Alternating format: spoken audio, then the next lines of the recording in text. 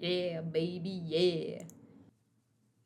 Hey friends, today I'm going to give you the full rundown of everything that I plan on selling in my upcoming holiday market. And hi, hello. If we haven't met, I am Leah and I have a handmade clothing business called Charlie Darwin Textiles, where I sell plant-dyed linen clothing that's all made to measure. I sell plant-dyed linen fabric, as well as I recently started putting out digital sewing patterns of my clothing designs. So the market I'm participating in this year is called the Handmade Arcade in Pittsburgh, Pennsylvania, and it takes place from December 1st through 2nd. And today, as I'm filming this, it is November 3rd, so I'm about 1 month out from the date, and I am also in a full-time PhD program. So I've got pretty limited time to get everything made, but I think I can do it. Let's see. Quick backstory of what I'm preparing all of this stuff for. So I actually did this craft market for the first time last year, and I usually avoid craft shows, craft fairs, holiday markets, pop-up shops, whatever you like to call it. I usually avoid them for a couple reasons. Back in like 2014 and 2017, I was actually primarily a painter, and I was trying to do some of these markets, and I found, for a multitude of reasons too long of a list to get into right now, I found, first of all, just painting difficult to sell at these types of markets. But I also found in general, I disliked the element of weather that comes with doing them. So if it's an outdoor show, it still goes on in the rain, the wind, the freezing cold, the burning intense heat. And so that can be quite off-putting to stand in all day, and put your really nice products out into those elements as well is kind of crappy. So I've been hesitant to jump back into doing in-person markets with Charlie Darwin. I've kind of turned into more of an internet kind of gal, but I decided I wanted to try at least one in-person market per year, indoors only. And last year I found that with my clothing, there's such a double-sided coin to having people to be able to touch my products. So on the one hand, these markets often have a lot of food at them, and you get people who have that food all over their hands touching your product. So last year I had all of my clothing hanging up on a rack, and I don't know who it was, but someone went fishing through all of my clothing, and on my white linen clothes there was a few just like big fat Cheeto fingerprints, which was so disappointing, and also like kind of funny because the samples that were out were my personal wardrobe. They're things like this that I wear day to day, and so I had to wash someone's like gross Cheeto fingerprint off of my clothing. So that's disappointing, but on the other side of that coin, I get such deep satisfaction from seeing people be able to really interact with and engage with the things I've made. With a fabric like linen, when I'm posting it online, I can only convey so much through a photograph. And it's when you get to touch it in person and you feel the softness and the really rich texture of it that you really sort of fall in love with the fabric and want more of it in your life. And so I love being able to have that sort of experience at the craft shows. It just sucks when people's fingers aren't clean. I'll leave it at that. But overall, the market went really well last year. I was placed in like the very back corner, which sucked, but with 10,000 people coming through, you still get tons of foot traffic. Now, being my first year at the market, I didn't really know what would sell well and what wouldn't. And like I own 100% of the things that I'm selling at it, and so I know exactly which items bring me the most value to my lifestyle and what I need. But that doesn't always exactly correlate with the world of holiday craft markets and what people are there to buy, which is primarily gifts. So this year, I'm honing exactly what I'm going to bring. And if you're someone who's also selling at markets like this, maybe this insight is useful to you. But if you're someone who's just like sewing gifts for family and friends, for cool people in your life, or you're coming up with new sewing projects just for yourself, then, by all means, follow your heart on which of these projects is calling to you right now. So first up to bat is my made-to-measure clothing. I'll just get that one out of the way. What I plan on doing is having a clothing rack in the back. This is what I did last year, was I had a clothing rack towards the back center of my booth that just has all of my clothing samples in there. So it's just the one sample of each design. And then I came up with this idea last year that was really cute. I'll share it with you real quick. Is I made these cute little like hang tag Polaroids to hang from each of the garments. And on the back side, it has a little, it has care instructions and how to order with me right there in the booth.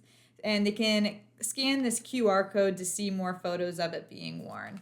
So I thought that was really fun. That way people can see how the clothing looks on a person as they're fishing through it. And I did get a few custom clothing orders last year, but this isn't something that someone can take home, and they do need measurements, so it's not really a giftable item. So I didn't expect to get tons of clothing orders at the market, but I did get some, and that was exciting. So the next thing, this is what did the very best for me last year, I sold out completely, was scarves. So I do cotton scarves and linen scarves, and what I love about making the scarves is they're pretty simple to make. It's really just like having a long rectangle of fabric, and you can hem the edge. Sometimes I double fold hem the edge.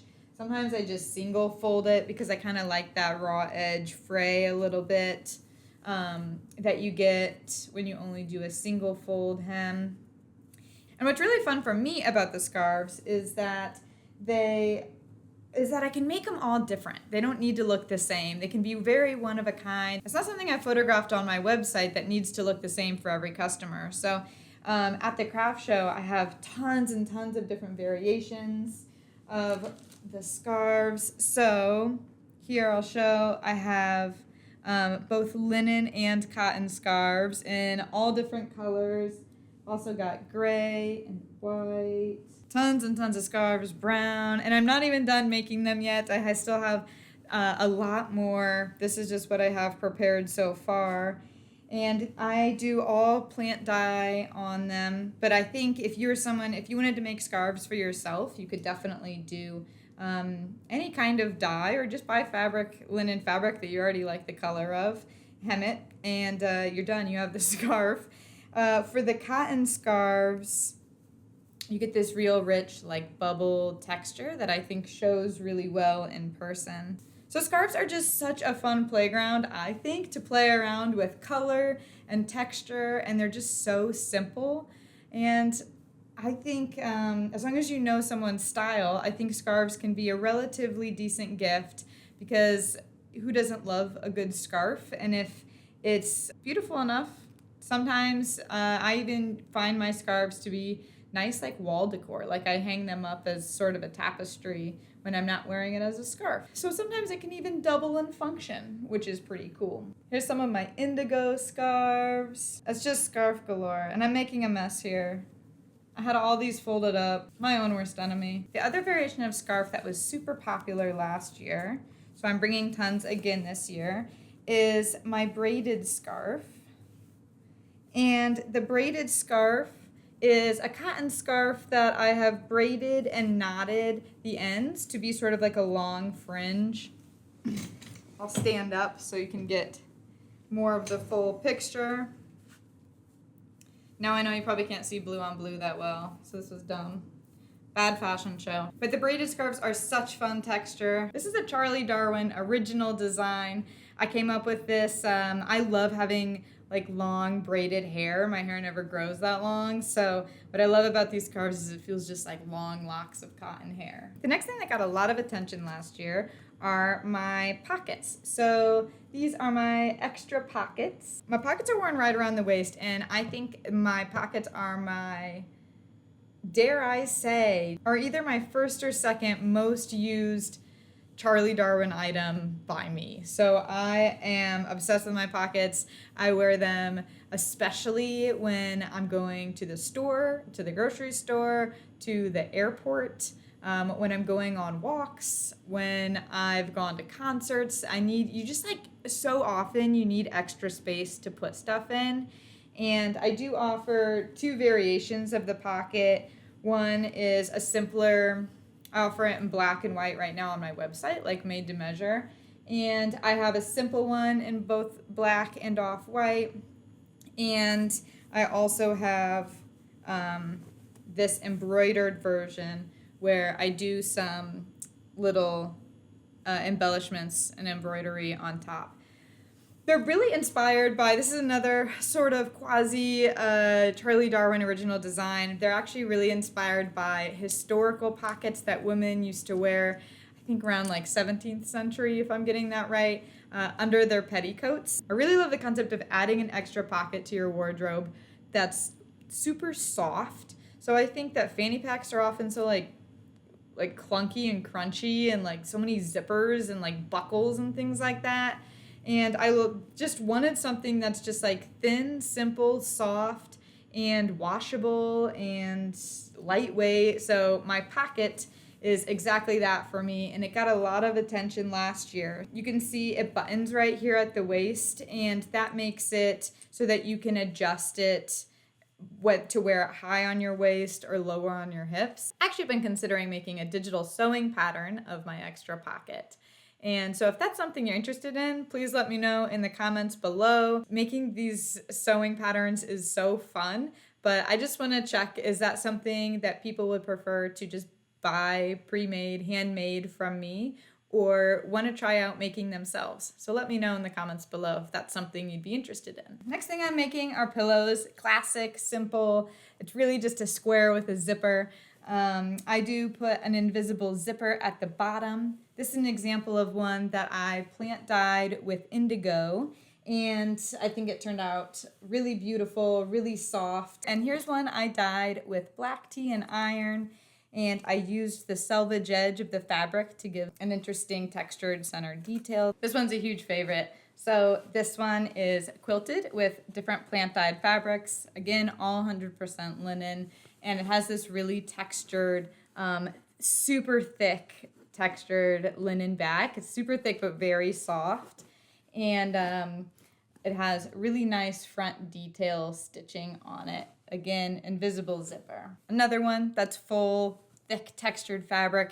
The fun part about pillows, just like the scarves, is there's so many variations of what you can make and mix and match the different colors together. I find that doing patchwork pillows like this is also a really great way to use up smaller fabric scraps that you might have laying around. Now the next thing is something I thought was going to be a really big hit last year, and it really wasn't. It was sort of a flop. So I still have tons of them left from last year. I'm gonna bring them back to the market this year, but maybe I just need to set them up differently. I'm not sure why they weren't such a hit. I use my version of it every single day, and it is a linen laptop sleeve, a padded linen laptop sleeve with Velcro opening and really nice clean finish on the inside.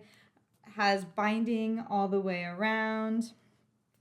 And so I have it in indigo blue. Here's one in tea gray, undyed white. And then these are by far my favorite. I think they are showstoppers for as much as a laptop sleeve can be.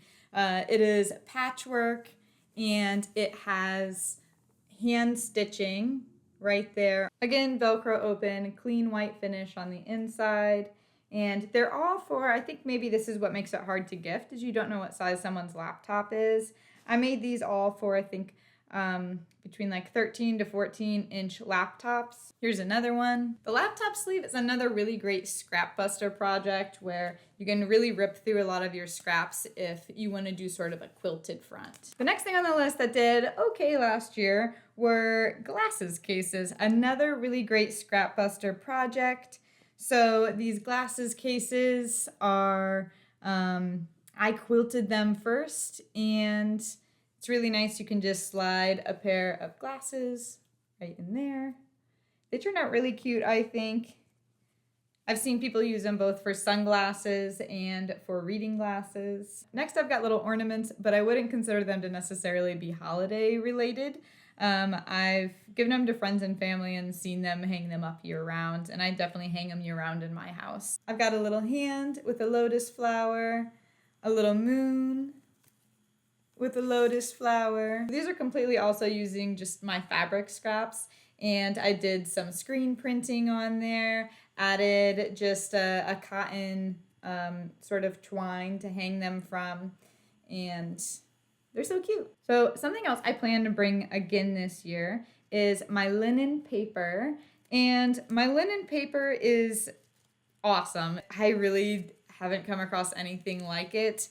I use my tiniest linen fabric scraps, blend it up into a paper pulp, use some paper sizing, and you can actually do some like printing, stamping, painting on this linen paper. So I plan to sell the linen paper just raw as a bundle for people to paint on themselves. But I also think I want to try and do some block printing on a few of my sheets and sell that as just like one-off pieces of art. And lastly, I don't have it right here in front of me, but I plan on bringing a few of my die kits. I'm going to bring probably just the black tea die kit and some blank scarves and maybe some, let's see, like baby blankets or bandanas or things like that, so people can try out plant dyeing for themselves in a little DIY home kit that they could take home with them. All right, so that's pretty much everything as of now that I have planned to take to this market. I do plan in my upcoming videos to give you much more of a tutorial into how to make some of these things. I plan to dive a little bit deeper into the different projects, including specific sewing patterns and maybe quilting techniques or different design ideas that I have for different variations of them.